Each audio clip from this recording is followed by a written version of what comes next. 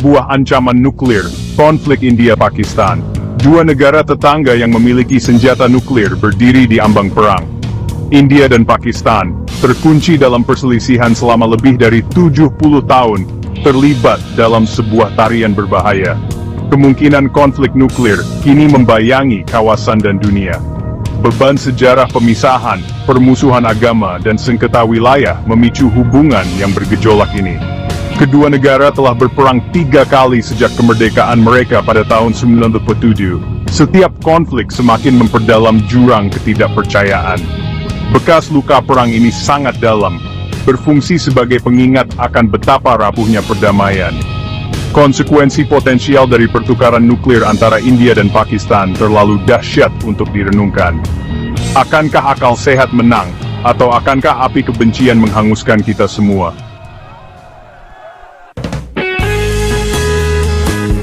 Kashmir, sebuah luka di subbenua India. Di jantung konflik India-Pakistan terdapat wilayah Kashmir yang disengketakan.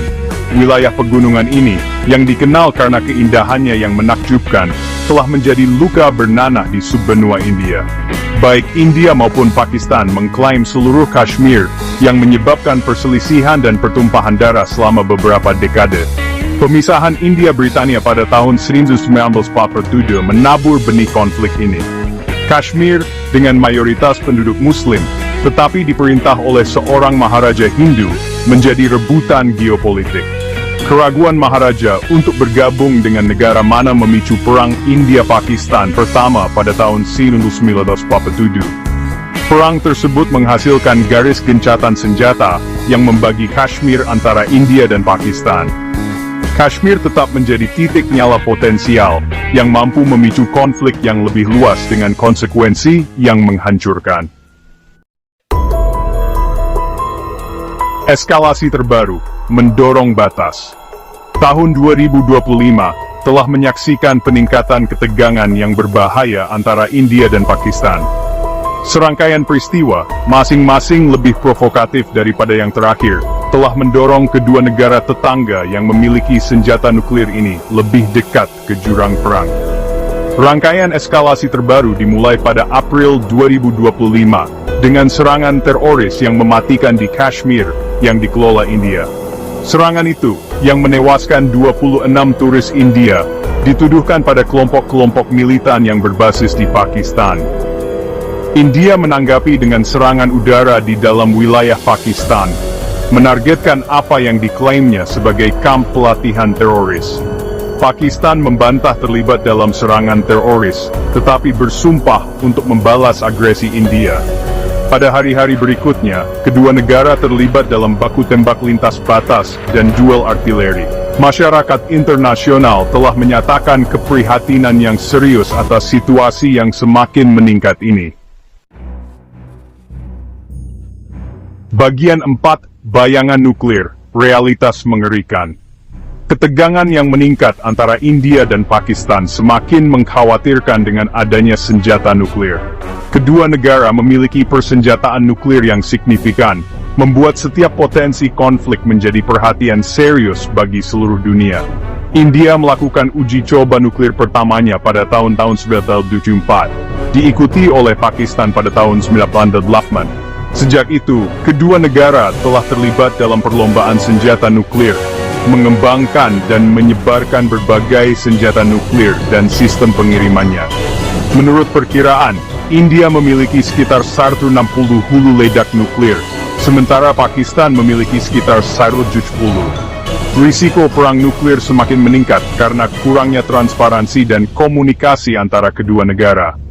Tidak ada mekanisme dialog formal untuk membahas doktrin nuklir, langkah-langkah membangun kepercayaan, atau manajemen krisis.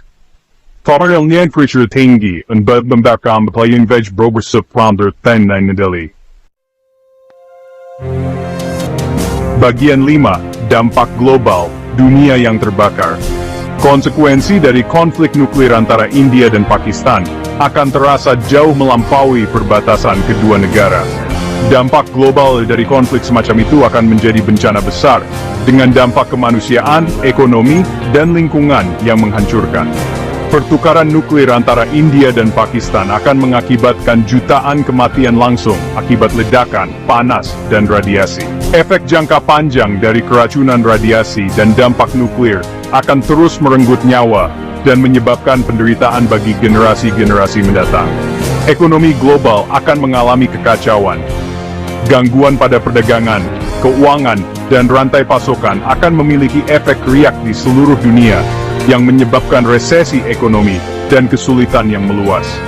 Penggunaan senjata nuklir akan menghancurkan tabu terhadap penggunaannya, yang berpotensi menyebabkan proliferasi lebih lanjut dan peningkatan risiko konflik nuklir di bagian lain dunia. Tatanan internasional akan mengalami kekacauan dengan konsekuensi yang tidak terduga dan berpotensi bencana besar.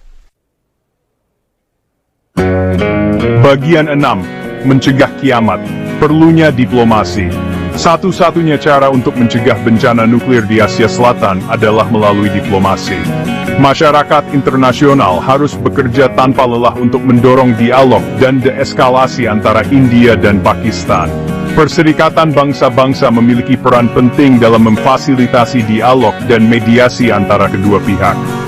Masyarakat internasional juga harus memberikan tekanan pada India dan Pakistan untuk terlibat dalam negosiasi yang berarti, dan untuk menahan diri dari tindakan apapun yang dapat semakin meningkatkan ketegangan.